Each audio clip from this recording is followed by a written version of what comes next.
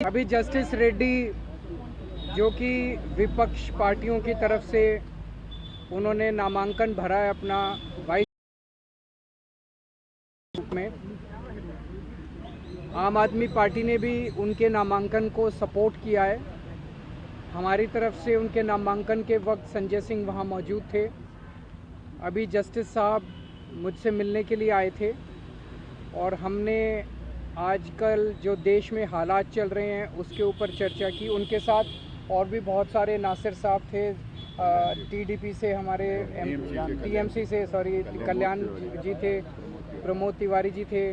तो उनका सबका मैं स्वागत करता हूं अपने घर में। और आज जो देश के हालात चल रहे हैं उसके ऊपर काफ़ी लंबी चर्चा हुई। जो चुनाव हैं उसके क्या गणित हैं, कैसे क्या स्ट्रैटेजी बननी चाहिए, उसके ऊपर काफ़ी चर्चा हुई। तो मैं हम सब लोग मिलके जस्टिस साहब को जिताने के लिए पूरी भरसक प्रयत्न करेंगे। और मैं उम्मीद करता हूं कि ये चुनाव, चूँकि ये सीक्रेट बैलेट होता है, इसमें विप नहीं चलता है, तो सीक्रेट बैलेट में इसीलिए इसको सीक्रेट बैलेट रखा गया है। नहीं तो संसद के अंदर जो भी प्रस्ताव आते हैं, जो भी वोटिंग होती है, उसमें विप चलता है, इसमें विप नहीं चलता है। तो मैं सभी पार्टियों से बोलूँगा कि जस्टिस रेड्डी का एक बहुत इम्प्रेसिव उनका करियर रहा है एज जज, जब उन्होंने देश के हक में, न्याय के हक में बहुत बड़े बड़े निडरता के साथ फैसले दिए हैं। तो उपराष्ट्रपति की पोस्ट के ऊपर इनके जैसा व्यक्ति आएगा तो उस कुर्सी का और मान सम्मान बढ़ेगा। तो मैं तो सभी को बोलूँगा कि ये कोई पक्ष या विपक्ष के कैंडिडेट नहीं है, ये सबके कैंडिडेट हैं, ये देश के कैंडिडेट हैं।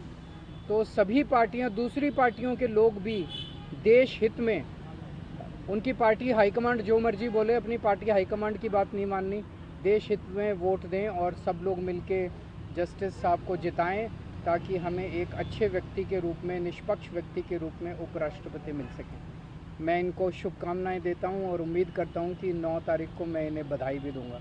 बहुत बहुत शुक्रिया। Thank you, you all also members of the 4th estate. कल केजरीवाल जी इनके नुमाइंदे को मीटिंग में भेजे थे, संजय सिंह साहब को। वहाँ पे सपोर्ट मेरे कैंडिडेट के लिए डिक्लेयर करे थे। मैं उनका बहुत आभारी हूँ। I have come here to express my gratitude for his graciousness to support my candidature. अभी केजरीवाल जी जो बताए थे, यही बात मैं 2 दिन से बात कर रहा हूँ कि मैं कोई पॉलिटिकल पार्टी का आदमी नहीं हूँ, कोई पॉलिटिकल पार्टी में मैं सदस्य नहीं हूँ। और उपराष्ट्रपति की जो ऑफिस है वो पॉलिटिकल ऑफिस नहीं है, काफ़ी लोगों को गलत फहमी है। It's a high constitutional office which is required to be independent and autonomous, impartial, which are the qualities of a judge. And that's the reason why I have accepted the request made by some of friends and ably supported, endorsed by a veteran leader like Sri Hari Kejriwal ji.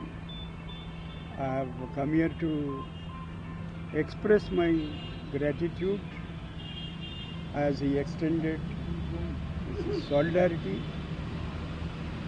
and provoked all of us to think afresh as to what is happening in this country and what are the challenges ahead which we will require to face. I am going to be one among them of the concerned citizens of this country, not associated with any political party. Dhanyawad. What about Andhra Pradesh?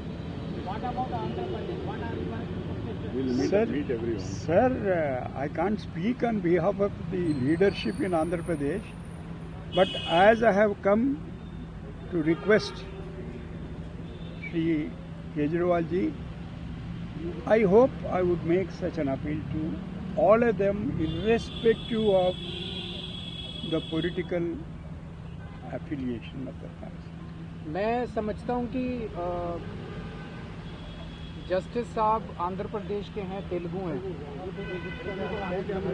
और ये आंध्र प्रदेश और तेलंगाना के लोगों के लिए एक Telugu pride का बहुत बड़ा मुद्दा है। पूरे तेलुगु समाज के लिए ये बहुत प्राइड का मुद्दा है। तो मैं समझता हूँ कि दोनों राज्यों से, आंध्र प्रदेश से भी और तेलंगाना से भी, वहाँ की जितनी पॉलिटिकल पार्टीज़ हैं वो पार्टी से ऊपर उठ के देश के लिए और तेलुगु प्राइड के लिए वोट देंगे। अरविंद जी, नंबर गेम को किस तरीके से आप करना चाहेंगे? अभी 9 तारीख का इंतजार कीजिए। रोज माట్లాడుతూనే కదా